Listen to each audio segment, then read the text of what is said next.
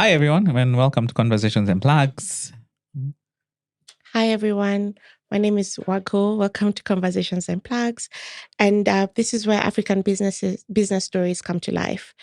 And today we have such an amazing guest. I feel like I have known Esme.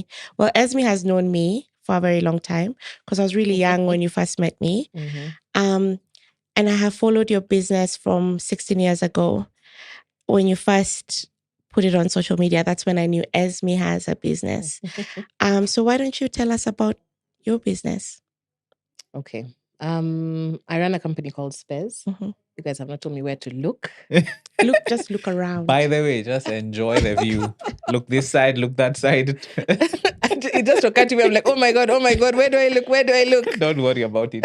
It will be all sorted. Okay. But, yeah. Okay.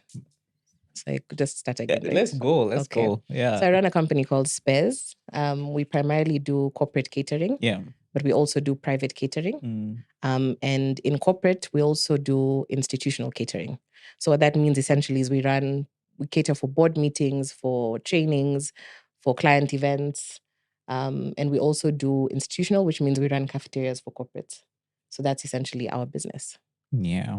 How long have you been in this business, Esmeralda De Souza? It has been 16 years officially. Oh, wow. Unofficially, probably 19. Oh, yeah? Unofficially 19. Yeah. Okay, so you're about to get to the legal age and kick it out. Yeah. How is that looking like? It's looking promising. Okay. Finally, after 16 years, things seem to be coming together with especially people. So it looks like we're at the finish line, or I am at the finish line. It looks like there's a lot of light at the end of the tunnel. Okay. Yeah. So how did you start your business? I started it by mistake, I would say, or as a result of the situation I was in. I had my son when I was 19 and my parents had just retired. So I felt that instead of burdening them with because I was going to go to uni, fees and my child's fees, like I need to do something to earn an income. So initially I started at home, of course in my mom's house, just figuring out how to bake stuff. So I used to use books. There was no YouTube then. I don't remember them being YouTube. Cooking books. Yes. So cookbooks. So I just asked my dad to buy me some cookbooks, started making some cookies and some just very basic stuff. And then we used to have a little cafe near where we used to live in the shopping center. So I approached the owner, very nice lady, and just asked her, can I sell my cookies and my little pastries at your cafe? And she said, okay, why don't you try? So I started doing that. It didn't do very well. And then she said, okay, why don't you learn how to make a Black Forest cake? Because everybody loves at that a point, Black Forest cake. That was the in thing Yes. in Nairobi. So I said, okay, let me figure it out. So I'm like, okay, do you bake that cake with the strawberries in the middle? I'm like, okay, this is hard work. Let me just find someone who knows what they're doing. So I reached out to a friend of mine who was in cooking school at the time. His name is Spencer. And I asked him, okay, would you come and teach me how to make a Black Forest cake? And so he taught me. And then I quickly learned how to do it. And then started texting. There was no WhatsApp then. So it's texting Which all year is this? my friends and relatives. This was now 2006. 2006. It was okay. BBM. BBM was the messenger system at that point. BlackBerry Yes. Messenger. Exactly. So I texted all my friends and relatives, told them I'm selling a 1 kg Black Forest cake for 1,000 bob. Come one, come all. And that's how it started. So it was really busy with the cakes. I was also selling hot dogs and chips at Nondi's, which was a rugby club in Nairobi. Yeah. So I was selling, as my piles are parting, I was selling hot dogs and chips. And then somewhere along the way, someone assumed I did catering. So I got a call and there was a company having an AGM and they're like, okay, can you do the catering? In my head, I was thinking, gosh, I do hot dogs and chips and I do Black Forest cakes. But I told them, let me call you back. So I called Spencer again. I'm like, boss, you're in school. You know how to put a menu together. Let's meet this customer and see how it goes. So we met the customer. She was happy with the menu. And I said, fine, we'll do it from my house. It was close to home. And I remember that day was just so chaotic because we underestimated everything. Oh. Luckily, my folks were home. So they were cooking with us. And we executed the food at least. got two of our friends to dress up in a black t-shirt and jeans. They were Wow. the waiters. And because of how much we underestimated stuff, my dad ended up being the one doing the nyama choma at the client's office. So, and my dad is such a wonderful person. My parents are just unbelievably supportive. So the event was a success. We made like 4,000 bob. We split it. And then after that, Spence was like, okay, why don't I help you with this thing? Because he had seen now, you're making money from my recipe, first of all, of my cakes, because it started really picking. So I was like, okay, why don't I help you with this thing and we see where it goes? So initially I was like, I don't know about that. But my mom was like, while you're in uni, because I had just started uni at the time, he can be coming and doing the stuff. And then when he's in uni, you can be helping each other out, basically. Mm-hmm. So I agreed. And then we got one catering, another catering, and eventually we were kicked out of my mother's house, my mother's kitchen. She's like, it's enough. You're using my steamer. You guys, if you're starting this thing, just find a place to work from. yeah. So yeah, that's how we started. That's how Spez. Yes. And what about the name? So actually, originally, we were called Customized Catering Services Limited. Okay. Ooh, Yeah. that's a Customized mouthful. Catering Yes. Services Limited. Nobody remembered that name. In fact, most people wrote CCS.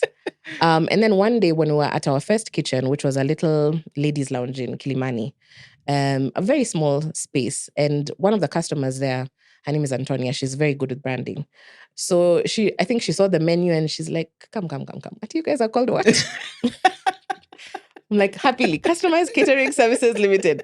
She's like, we need to have a conversation. Yeah. So we went through a whole branding workshop, and she was really key to how we began the business, because we were very focused on what we will and won't do. Yeah. And then, the name Spez came out. It was a very Kenyan thing to do, Very joining the two Kenyan. names. Spencer and and Esmeralda. Esmeralda. Yeah. That's how the name It's came like about. very creative. Yeah, I know. Spez. But And it it worked. sticks. Exactly. It sticks. It really Very sticks. sticky. Yeah. Exactly. Looking back, because I feel like this is going to be a conversation where we keep looking back and then I'm looking forward. What would you have done differently? So if I look at especially the last 10 years, I would have paid more attention to people.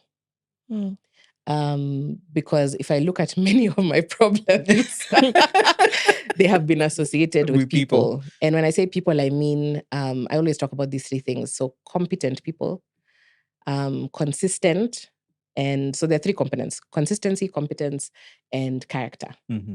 So those three things for me is a secret formula that 16 years later I have come to find is what works for us.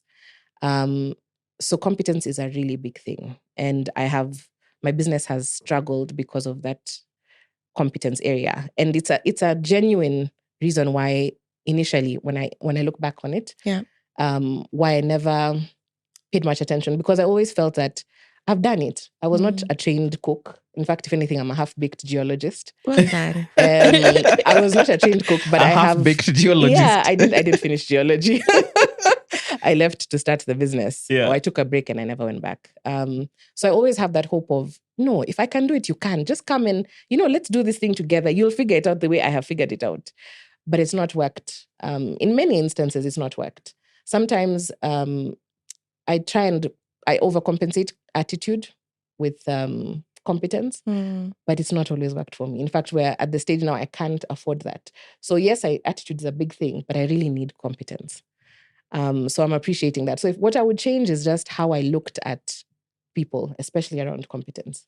Yeah. That's powerful. Yeah. During our chat, you said that it's always a CEO's job is getting better people to run the organization better than you. Yeah. And that's still the people. Exactly. And competence. Exactly. Yeah. And that quote has stuck with me. And I think I read it earlier on this year, because it also allows you to let go once you have the right people. So hiring slow is really important, really, really important. Sometimes it's not possible because of the situation you're in, but I'm really trying to hire slower now and then firing very fast, because when someone shows you who they are, you should just believe them. Believe them. Believe them. Yeah. Yeah.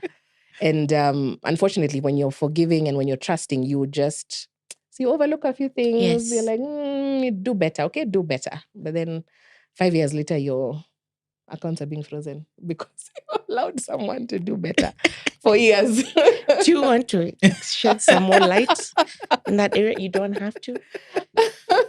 So A lot of my financial problems began when I trusted someone who was not competent enough in finance to run a whole department. And of course, ended up in a lot of trouble in terms of just incurring a really big loss. And of course, when you incur a loss, it's someone's money. So it's either your supplier's money you're gambling with or your the carry money, the government's money, because you're unable to remit taxes because the losses was just really ridiculous. So I think that's one of the biggest lessons for me in competence, because I assumed because someone had a little shareholding in the business, they would know what they're doing and would have the company's best interests at heart. But the competence in finance was just completely missing.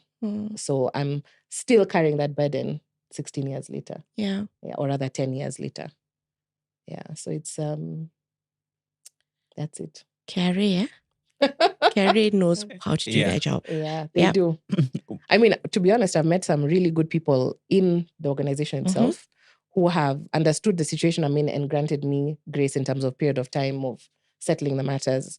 And at the end of the day, my approach to KRA is, at the end of the day, we're all human beings. Yes, you might work in a big, bad building called KRA, but you're a human being. And if I can approach you at the level of, this is where I am, help me fix this, give me some time, then it's been good generally. Mistakes in business. I will just let you run with that one. I'm just like, mistakes in business, question mark. People will always be my first. I've explained that. Yeah. People can cost you. The wrong people can cost the business millions of shillings. Yeah. Not keeping an eye on the numbers. Not keeping an eye on the numbers. Okay. So not keeping an eye on the numbers, and maybe I would phrase it as profit, especially. Because really, if you're not making profit, what are we doing? Essentially, our business is to exist, to make profit. So especially if you want to develop the business further over the years, and that's a struggle we've had with trying to find finance to just push the exactly. So not keeping an eye on the numbers, which is something I ignored for years, or rather trusted different people with for years, because my strength is business development, the creativity, the food as well, like the setups and stuff. So that's my real strength, BD and everything. So my strength has never been or was never numbers. And so not keeping an eye on the numbers has cost me. So I wish I had. I mean, yes, I get the business development, but what weren't you doing with the numbers? I was not paying attention. How so? I was not looking at the numbers. Like literally? Literally, I was not looking at the numbers. I mean, to be honest, the numbers I was looking at was the top line. So revenues for me, but as I have come to learn, revenues are vanity. Profit is chaukweli. Like revenues are complete vanity. Yeah. So I mean, I was happy there. I'm like, I've secured almost corporates in Nairobi. I have the big names, the what, but wait, there was no money coming into my pocket. There was no money to invest in, equipment and stuff for the business. Correct. And it got so bad, we're not paying people on time. You're in trouble with the statutory. But revenue's up. Yeah, revenues are fantastic. So that's the only number I used to look at. I'm like, hey, good job, Esmeralda. Tuendele. Who else do I need to find in this Nairobi for business? So that's it. So I never looked at everything else. And I realize now that it's really not my strength. So competence, again. I need to find someone, and hopefully this time we found someone who can. And also having someone for oversight and just trusting other people who are competent to do that. Competence is a big thing here. Yeah. Okay. I really love food and everything that has to do with food. And a lot of in the space that we're in the country, catering, people say catering is something they can do. But how do you formalize something that it feels oversaturated, unfortunately, because everybody thinks that they can cater at a wedding, at a baby shower, but then getting corporate is, you need to have your stuff together. So can we talk about moving from informal, the 3 years between the 16 and the 19 years. So the informal, moving to formal, and now taking the big leap to some of your clients are heavy hitters in this country. Let's talk about that process. Very good question. Yeah, everyone and their mother is a caterer. And I'm someone's mother as I say that. But I think I'll go back to the branding conversation we had with Antonia, who was really key. Remember, customized catering services to Spez. So when we had a workshop with her, she made us really think about who's your customer, and we realized we cannot take all the business that comes our way. And so we were turning away business even as early as that 1, 2, 3 unofficially as we were. Wow. Because we realized our customer is someone who, one, appreciates good food, and good food costs money. So price point was a big thing for us. Like, we are going to offer you value. One, our food will be excellent, right? And then setup. For me, growing up, my mom was always really keen on how the table looked. So I was the one who was, my brother and I, setting the table, the flowers, paying attention to what was on the menu. It's not just like ugali and like when neighbors come, it's an event. We're not neighbors. When guests come to the house, my mom was fantastic at that. She was a proper host. So I carried that, of course, by default, and I thank God for that because it has become a really big selling point for us. How the table is spread. So our buffet was never going to look standard. My mom was a lover of flowers. My dad used to buy them, still buys, well, now he can't, but for a long time, he used to buy her roses every week. So on all our buffets, we have roses. Wow. So simple things that I picked from how I grew up and how we hosted is how we differentiated ourselves, even with how we did our setups. So it was all about what value are we bringing to the table. And then with corporate, it's about time. You can't have a board meeting starting at 7, you're rolling up with food at 8. And many caterers actually get that wrong. You can't, and that's the main thing, like, you guys, will you be on time? So it's, that's how we sort of differentiated ourselves and offered value to the customer so that they can trust us with whatever event they're having. Yeah. So it's a lot about that, like what value are we giving the customer? And we've carried that for 16 years and trying to keep on, develop that. Currently, our focus is experiences. So our vision currently is intimate and creative food settings across Africa. And that is the vision. And then the mission is to deliver unforgettable food experiences with passion.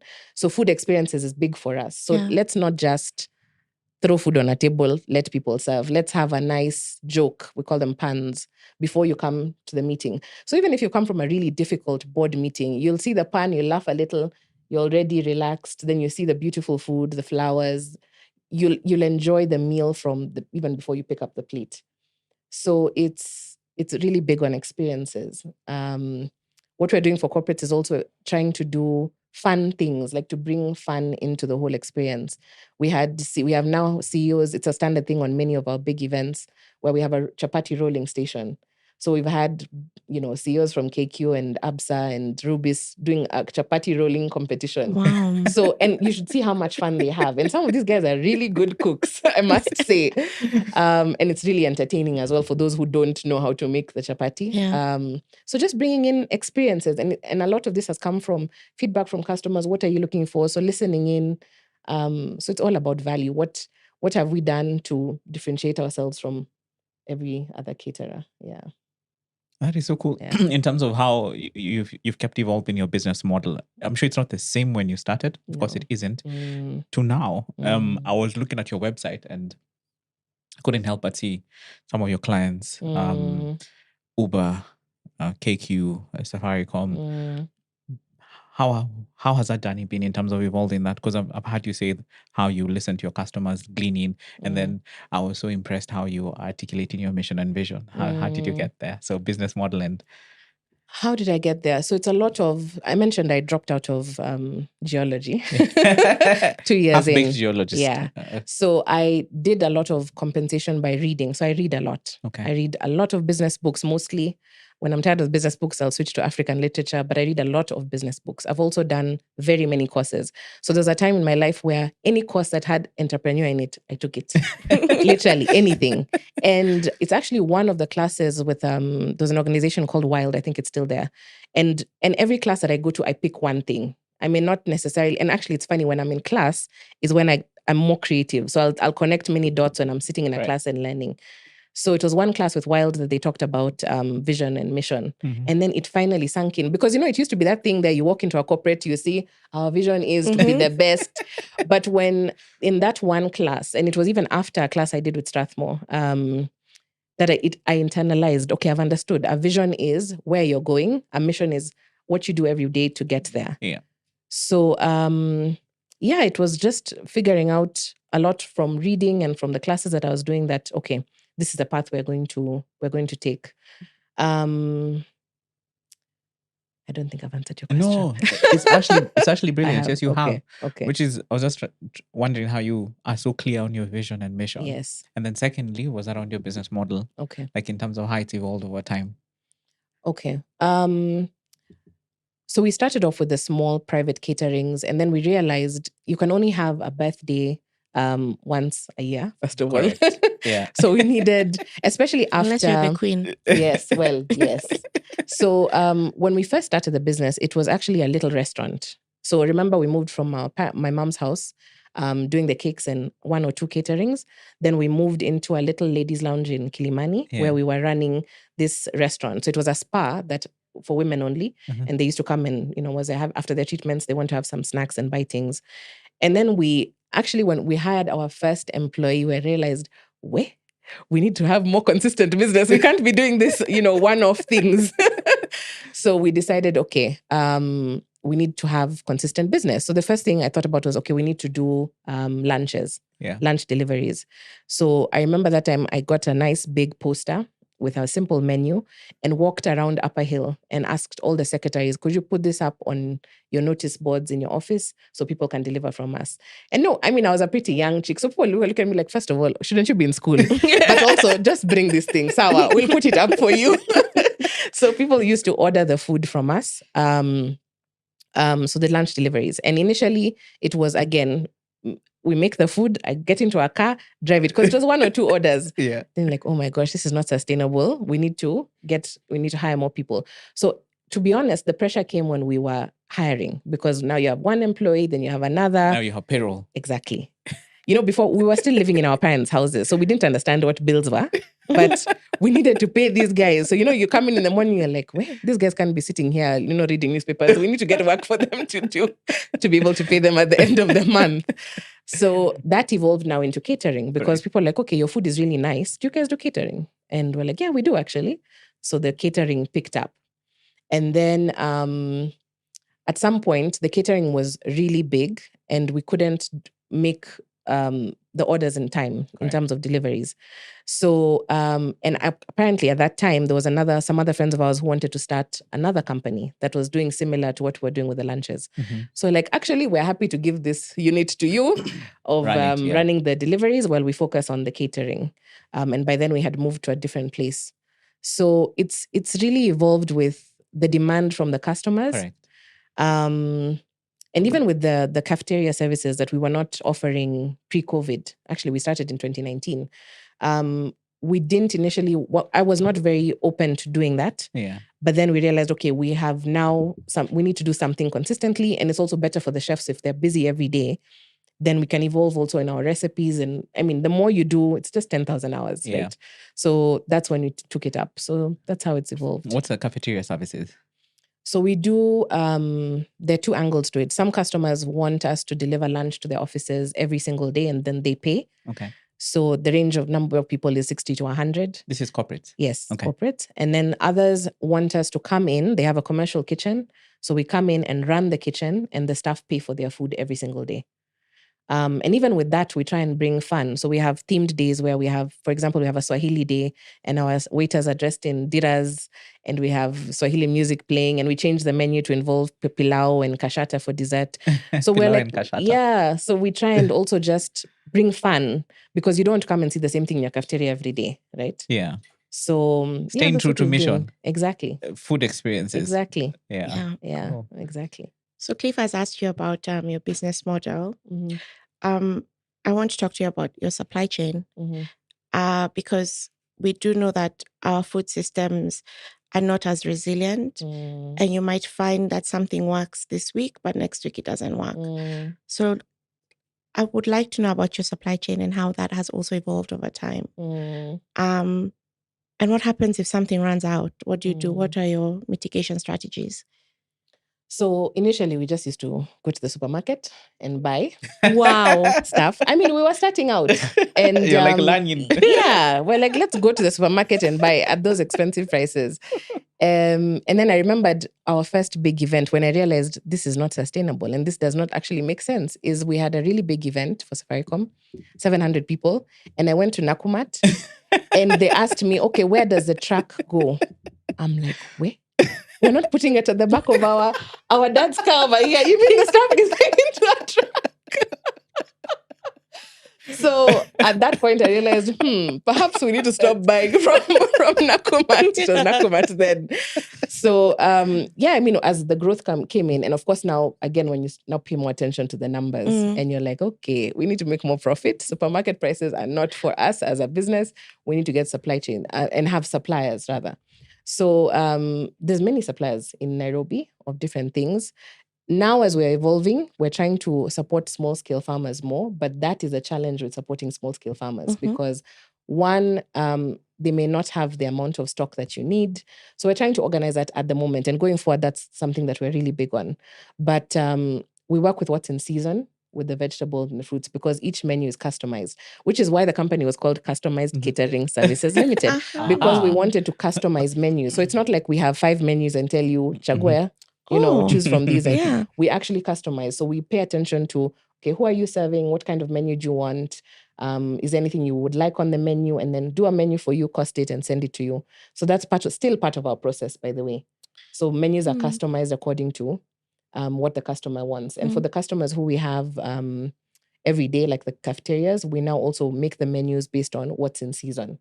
One, the things are just fresh. I mean, when a pineapple is in season or when a watermelon or mango, mangoes especially, when a mango is in season and when it's not, you can tell the difference. Yeah. So we try and do that with how we create our menus. And we have suppliers for everything else. So the biggest issue is mostly around the fruits and vegetables, right? Meats and everything also has different suppliers. So it's just try to spread your risk across by having different suppliers for different items. I really struggle with like food shopping for my family. I don't envy that process that you're talking about right now. We have a very big procurement team Yeah. that does that. Okay. So we're structured much like a corporate. We have procurement, we have finance, we have HR, we have marketing, we have sales and client service. We have a board now, an advisory board. We have a COO. And all these things are really important because, like I said, people, and governance. Because I really want to build a big business. Yeah. So corporate governance. What's a big business? Because I feel like what you're already doing is a big business. No, I need. My target is Africa. I really want to expand outside of Kenya. Yeah. That was always my dream. So when I was living abroad a few years ago, I was like, what am I doing here? This is not part of the vision.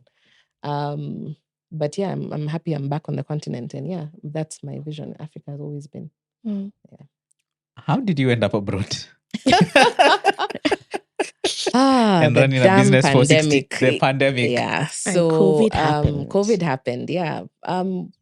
Well, there are 2 parts of COVID, and I try to look at things in terms of the silver lining. So for me, to be quite honest, COVID was a blessing because it was a big pause button that my business badly needed. We were running for a long time. Remember my vanity numbers? The revenues were very good. Tick revenues. Revenues are very good, but we were year. loss-making. Yeah. Okay. So COVID was a pause button. I mean, it was a shock to the system, and I think I was a little depressed thereafter. But I mean, at the time, we had 64 employees, 3 outlets, running, crazy running, not profitable at all. And then the world decided. COVID happened. Had to let go of most of my team members because, one, I didn't have the money to even sustain them without any business, and we had 0 revenues for 2 or 3 months thereafter. And I was, of course, not on any. I was earning zero for over a year. So it got to the point where, as a family, we had savings for either we're paying school fees and my husband at the time was in the UK doing a course for 2 years. So we had money for, okay, we're either paying school fees or we're buying air tickets. This is the point we have to decide. And by the time it got there, you can imagine how much I was fighting, trying to just stay strong and just believe. But I mean, our industry was hit really badly. So we had to just, it was a decision I had to make. And I remember air tickets. Yeah, it had to be air tickets. And I went to therapy to be told. The therapist was there like, madam, vile tunaona hizi numbers, the way we are seeing things, you might have to just get on that flight. So it was really hard because you can imagine my business has been such a key part of who I am. Your identity. Yeah, a very key part. And now I had to let it go. So it was tough, but and I remember the the town hall I had with my little team, and I think we're 10 or 12. And I told them, guys, I have to go. And I broke down, and 2 other guys in the team also were tearing. And it was such an emotional moment to just say, I'm earning nothing. And they knew, because by that time, I mean, they knew where the business was and everything. And I have to go. And I'm leaving this in your hands if you want to. So it's a decision I gave them, like, listen, the state of the business, our obligations that we have to meet and everything. So are you willing to take this up and run with it or not? And they all decided, yeah, we'll run it as long as you can keep posting on Instagram. By then I had created a very big following on Instagram, trying to keep my customers engaged. So keep posting so people know you're still associated with Spez, and keep coming as much as you can. So I did that for 2.5 years from the UK. I had a team who ran it fairly well, considering their abilities, to the best of their abilities, I would say. Of course, 1 or 2 issues with some of the team members who I left behind, because as Kenyans, we just can't always do the right thing. We just can't. So a few people helped themselves to the very little coins we were making then. The kitty. The kitty. And they were dipping into the cookie jar. Yeah. The very small cookie jar. That cookie jar was so small. And it's unfortunate because some of the things I'm uncovering even now, and this is months later after I've come back home. So, that's how I ended up in the UK. Wow. So you came back when? This year? January this year. Oh, wow. And how has that been, the transition? The transition back? You come back with fire or? Yeah. Fire and brimstone? Yes, I have actually. When I came last year, at the end of the year, I had a town hall, and by then the team was about 24. And I told guys, listen, when I come back, my tolerance level is going to be very low. Mostly because I had been washing toilets for 2.5 years. But I'm like, guys, no. But the truth was, I was coming back and this business had to work for me. And I knew I was starting from scratch. So, I said, I need to just run this business really well. A lot is going to change. I had given them the leakage, but many of them do not know who this new person is, who's come back with, listen, this is my last shot to make this thing work. Because to be honest, the pandemic set us back to 0. In fact, I say 16 years, but we restarted the business again post-pandemic. And for me, I'm starting the business again this January. So I have all the lessons I've learned. There's been a lot of tolerance over the years. So I had told them, I warned them. I told them I will be less tolerant. So unfortunately, some of those team members have left, but I have also gained some really good people in the last 6 months. And it's just worked magic for the business. It's unlocked so many things. It's uncovered a lot of things that were happening last year because now we have the new team, and things are just finally adding up. So coming back has been good. I'm very glad. I've not washed a toilet since January. But did we come back? I have not washed a toilet. So, but it's been really good to be back in the business. We've also grown. We're 4 times the number in terms of the team. Okay. And the number of outlets that we have as well. So it's, and I'm back to what I love. I truly love doing this. Oh, yeah? I wish I could hire robots, but I really enjoy what we do in terms of the business. And when you get positive feedback from the customers, when we continue getting referral business, which is how we've grown over the years, we've never put up an ad. We'll be doing that now. But it's been really exciting. Yeah, bigger problems because more money, more problems. More money, more problems. But I'm I'm hoping the 16 years will guide me. Yeah. Into this transition, in this new phase. I've paid very high school fees. Very high entrepreneurship school fees. I'm hoping it'll pay off finally this year. Yeah. Often Cliff and I talk about getting into the arena, and that you won't know how the landscape is unless you're in the arena. And so COVID happens and you're kind of taken a bit out of the arena. And I'm looking at your name. Your business has your name on it. So how does Esmeralda separate herself from Spez? Is there a boundary? Did COVID teach you a bit about that? Yeah. Such a heavy question. I'm sorry. Your identity. Yeah, it's my identity. Yes, it did. I mean, it was really tough. When I go back to the first few weeks after COVID, and sitting at home, one, I discovered I'm a very funny person because of the interactions on Instagram. And maybe that was my coping mechanism, but I realized, hey, Esmeralda, you have a very good sense of humor. Just continue making use of it, entertain people. That's what the Lord has called you to do in this season. But it made me really reflect on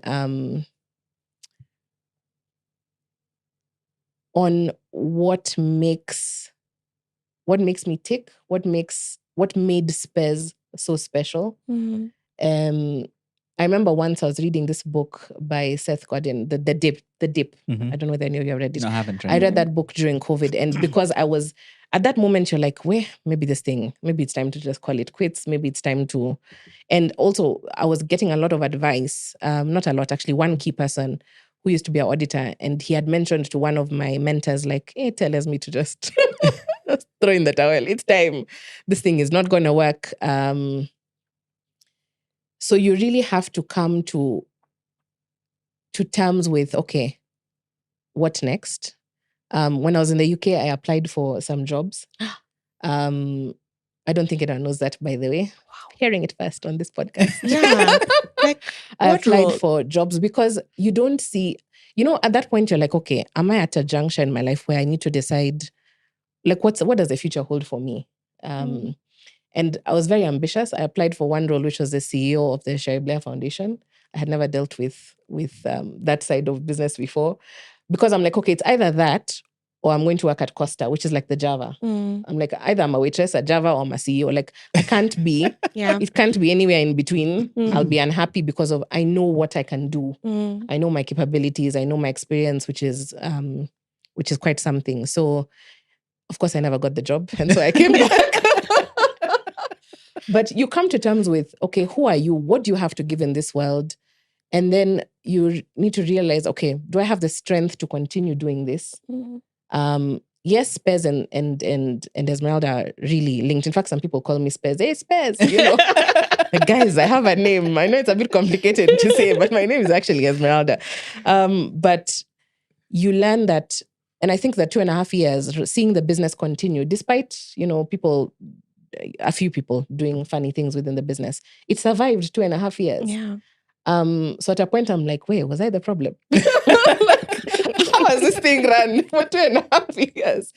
But also coming back and seeing the impact me being back has had on the customers. It's a dangerous thing, but I've also seen the business run without me. And I intend, like I said, I go back to that quote of my job as a CEO is to hire people who can run this business better than me. Yeah. And my C-suite team is coming together because I don't intend to do this for long. I've seen people whose catering companies have died with them. May their souls rest in peace. And that's not what I want to happen for my business. Your funeral like I said, will I be want top to build. because of all the food. Sorry? Your funeral will be amazing. That is so evil of you to Well, say. God, But so yes, morbid, but God bless you. Yes. No, I mean, my wedding was something else. But yeah, I agree. It'll be top. But it can't die with me. It definitely can't die with me. So now reaching the point where create a very good C-suite team, work on the processes, and work on something that's scalable. So that's where I'm at. So that's exciting because it's very different from where I was before. Yeah. So to build a business that's scalable, I mean, many of us engage with customers and we don't even know who the CEO, with corporates, with companies and with products, and we don't know who the CEO is. So that's my end game. So realizing, okay, Esmeralda, you have 24,000 followers on Instagram. Your page has 10. First of all, get someone to manage that page so that the two brands are not completely, it's not one. I'm not carrying the brand. So I'm very conscious of how my journey has been and trying to work now to make that different. Yeah, to separate the two. I've gone very, very long. No, I love question, it. but I you love understand. We No, love it. please, We're here go for long. all of this. Go long. We're here for the stories. Yeah. You see, one of the things I hear you say is Kenyans. Okay, I won't say Kenyans. I'd say trust. Let's get to the issue, which is trust sounds like a premium in our market. And if you earn trust, then you can actually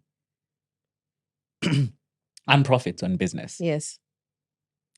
Trust in your business, trust in with your customers. What's that been like? Because I know you've been in it, both employees and partners and people you bring into your business. Yeah. So I want to understand the lessons you've learned in terms of yoking yourself with partners in your business, and as well as what trust has meant for your business, and just your lessons around the same. Okay. Trust is a big thing. But I find that trust has to go hand in hand with something, right? So for me, trust and competence with regards to my team members, that's two really big things. We used to have someone running accounts, and she was not extremely competent. I've discovered much later. But I always used to tell her, the value I put on you is the trust. Unfortunately, the trust was broken, in which case that relationship had to end. With even my previous co-director in particular, it's competence, but also I need people who are very self-aware, where this is the level of competence I'm at. I am willing to learn from someone else, or I don't know this. It's very hard. Ego is also a really big thing. So it's The really African hard. male ego. Yes, it's. Don't you just love it? I don't. No, I personally don't. I would rather not have it. So ego is also a around big me. thing where Yeah. people are not willing to say, "Hey, I don't know this," and I think that's what has helped me personally, where I know that I don't know, and so And I it's okay look not- for. you look for. I look for the knowledge. So whether it's mentors or books or podcasts, Yeah. to keep learning, and I mean that's something I'd encourage all entrepreneurs to do. You just. And one of my board members mentioned the other day, like, you just don't know what you don't know. Absolutely. So trust, competence, and people being very self-aware of their capabilities. So I'm finding myself being really pulled to team members who are willing to learn. I also are very conscious of what they're not good at, and then say, hey, listen, this one I can't do. I need help with this and this. We need to figure out who can help us. So trust and competence go hand in hand. With regards to corporates and business, to be quite open, I've gotten some opportunities just because I'm a Black woman in business, right? Or I'm a woman in business specifically. But when that door is opened, I make sure I go in, and as a company, we perform. So much so that, yes, I've helped you tick a box, but you'll give me more business because of how we've performed. Of how excellent we are. Exactly. Yeah. So just excellence in how you provide the service and how you talk to the customer, that you're on time, because with corporates, it's mostly around time. So if you're able to build business, I mean, you can serve someone will hear we've catered for example, Safaricom for over 10 years, right? Yeah. And immediately, all of a sudden, sit up at the table like, oh, you cater for Safaricom. But Safaricom also, as a customer, have also very high standards. And expectations. Exactly. So I love customers like that because they're also keeping us on our toes consistently. You have to rise and meet. Exactly. So also trusting the customer, and it's a mutually beneficial relationship. Yeah. So yes, I've come into the organization, but show up and make sure other doors are opened within that organization for you. Yeah. So one of the books I read that sort of changed my life was a book called The Trusted Advisor. Yes.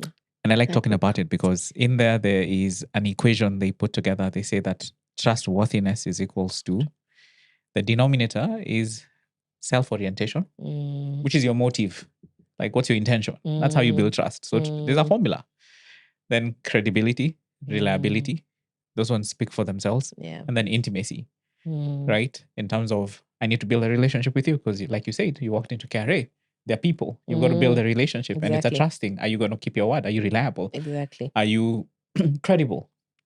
And credibility is around competence. So, and that's why for me, trust is a premium. And if you can crack trust, you crack a lot of things in this town as well. Growing up, how's your childhood? Half-baked geologist, like, which means then you didn't complete university. Not like it matters. No. But what's your journey like growing up? Your childhood, your parents. We had a very, very good childhood. In between all the beatings, like it was fantastic. We were very, like sleepers beating or belts, everything, belts mostly. I mean, we were whipped into shape for sure. It's just my brother and I have an older brother. Oh, okay. And it was a good childhood. Oh, yeah? My parents were, what I would say is, and what I learned a lot from my parents is just support. Okay. So I remember my parents and presence. My parents were there for everything, for every school event, for every tennis match, for every play that I performed in, and of course when I was starting the business. So initially they were very reluctant because my mom is actually a HR practitioner. Okay. So when I mentioned that I want to have a break from school, first of all, as a Luo woman, she was not understanding how she's not going to have that picture of me in my gown on her wall. And she was like, she kept saying, nowadays PhD is considered the first degree. So what's your plan? But I think again, back to support, when they saw. Your mom is Luo? Yes. Ah, okay. And your dad? Is Goan. Yeah. Yeah. Okay. So when it came to, I need to take a break from school, and of course everyone's worried, including my lecturers, that I was never going to go back. Yeah. Which of course I you like prove them right. Yeah, I did. So initially she was like, you can't do this. Like, what is your plan? But I think when they reflected alone in their room away from me, like, this chick wakes up at 3 a.m. to bake cakes. Like, there's something we're on to. Yeah. We're on to there. And I love that they did that, because I would be probably very rich, but very unhappy geologist somewhere in Turkana mining oil. I'd be very rich, but I'd probably be very unhappy. So yeah, just learning that support. And I've learned that even as a parent, I really try to do that with my own kids. So we had a lot of support growing up. Yeah. So happy family. And yeah. Okay. Yeah. But I don't see any entrepreneur in your immediate circle. No. In fact, it was so funny. A few months ago, when I went to see my parents, and one of their friends was like, Esmeralda, where is this thing from? Because none of your parents is. I don't know. Maybe I'll be the first of many in our family. Maybe I'm the trendsetter. Yeah. I don't know where it came from, but okay, where it came from was the need to provide for my son. And that fire has continued burning for years. When I engaged it, when I continued doing it more, and also just a lot of what I do is in creating stuff. So, and that's my strength, the creativity. So it's exciting. It's nice to see something that an idea you have come to life and people love it as well. So maybe that's more on the creativity than the actual business. Yeah, but also I'm half Indian, so. It comes. So perhaps that's where maybe that's the gene. Yeah. Maybe. Because I find that, yes, I think for many people, many entrepreneurs say entrepreneurship happened to them. And I feel like entrepreneurship did happen to you. But what I do feel that from this conversation and the one that we had previously, there's certain competencies of entrepreneurship that you kind of inherently had, but it wasn't just in the box of entrepreneurship. Because I do think that you saw that there was a problem. Your parents were retiring, you have a young son, and how are we going to fix that? I also think that for me, what's clear is the value of hard work and the ability to be very agile. COVID could have broken you, but I do think it propelled you into something that we'll probably see the fruits of in a year's time, 2 years' time. So when I think of characteristics or competencies that make an entrepreneur, what's the random one that you have, a random skill that you feel has sharpened your teeth in this game? It's something everyone says about me, and that's resilience. And that word for me equals just surviving. Like surviving enough to pick yourself up and move on the next day. That's for me what resilience is, because I've gotten hit from so many areas, by so many people, by so many institutions. It's always a hit that I get. But yeah, you cry in a corner, or during interviews for that matter. If you know, you know. And then you figure out, okay, what are my options, and let me move with it. So yeah, it's resilience. That's what has been something people have said about me. Yeah. Sometimes I see like my current accounting team, the lead keeps looking at me like, what drugs are you on? What drugs are you on? Why are you always so happy? Even when we should really not be happy, why are you joking around? So it's resilience and just having, I mean, what's the worst thing that could happen? So I don't know. Some people would say it's maybe a gambling gene I have. But yeah, it's resilient. It's pick yourself up the next day, figure out what options you have, and just try each one until you succeed. Yeah. I'm interested in what next for your business in terms of, since you have a very clear, vivid idea in terms of your mission and your vision and where you want to go in the next couple of years. And also just stepping back, you're saying you're looking into corporate governance. So what inspired you to get help for the business? And what is that help looking like? And what has been the impact so far? Okay. So with regards to help, and I didn't realize I needed it at the time. It was around 2019 when I was convinced by someone that we needed to raise capital for our business. Okay. And I was like, I know these guys. And these two people have been really fundamental in my last 5 years of surviving. Okay. Ken and Ko in Njoroge. So they came on board and listened to what issues we had. And I remember Ken that day just sitting, listening, and like, no, these are not your problems. You don't need funding. You just need to figure out your finances. And that for me was the wake-up call to, okay, there's something not right here. And the value of having them on board in the last 5 years, and just value of listening to other people who have been there, done that in terms of the Kenyan context, has been so... It's changed the game for me. And that's something actually I wish I had done earlier. Getting a mentor for the business to guide me through this very wild journey. So realizing again that I don't know everything. Yeah, correct. So picking my current advisory board are people who have excelled in different parts of business, and someone who's also been in my kind of business.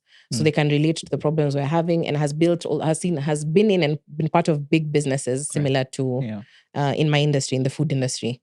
So just not knowing that by basing it on the fact that I don't know everything. Correct. And I'm willing to get advice from different people. So what's the profile of your board? In terms of the people who are there? Yeah, you said they've worked in different sectors.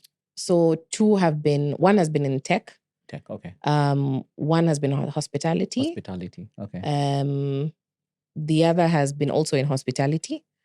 So 2 in hospitality, 1 in tech, 1 in marketing.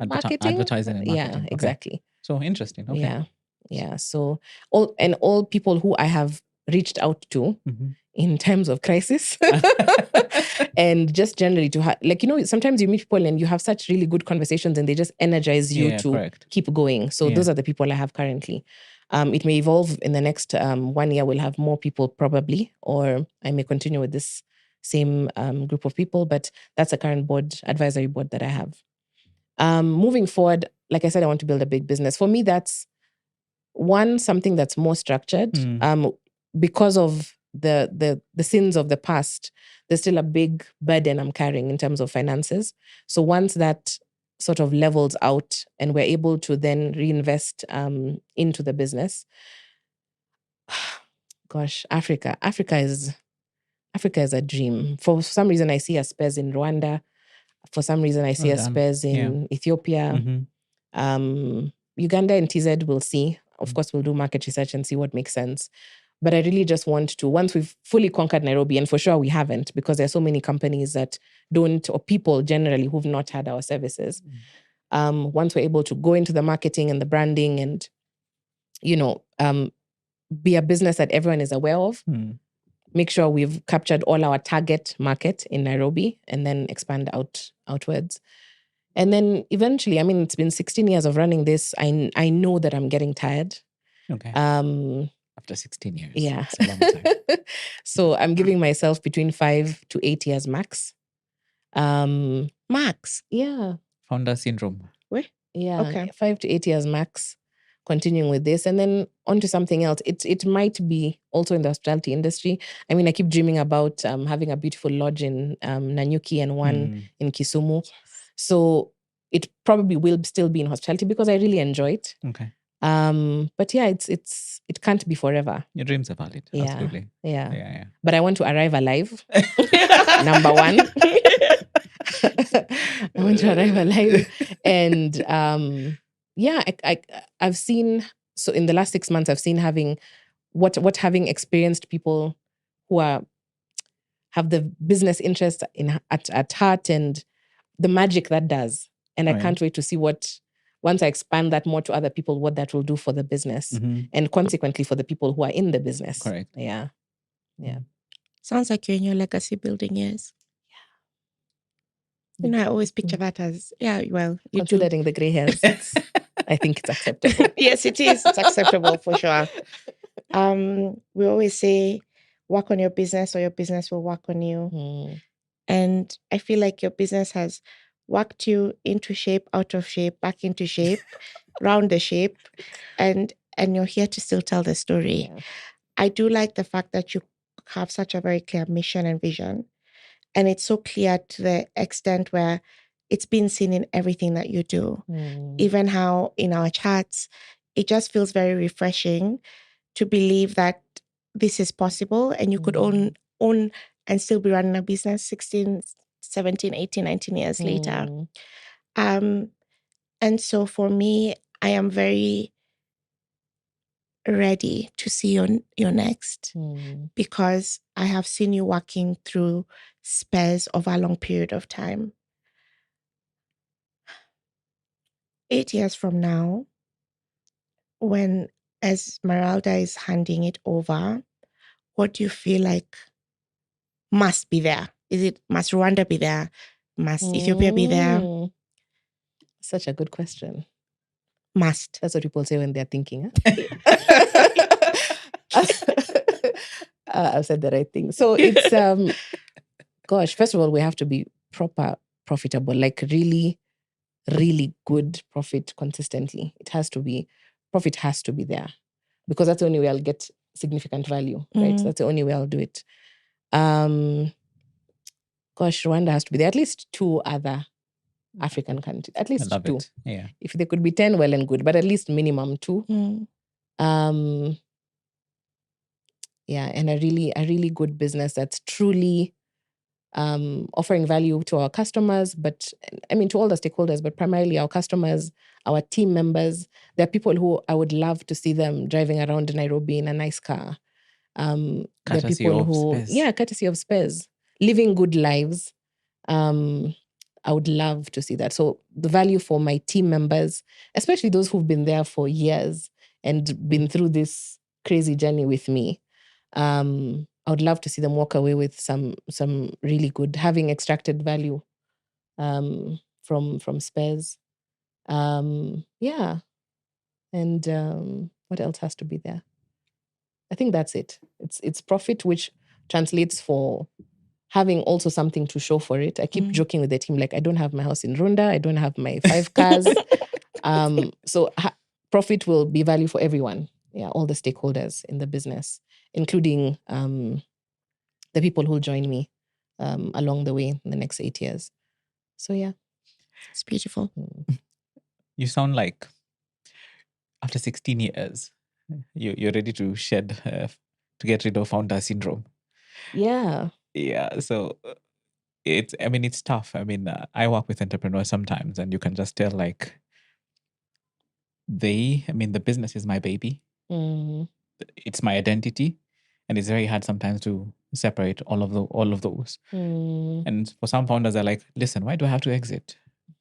I don't have to, but you have a very clear idea of how you want to exit. So how are you dealing with that?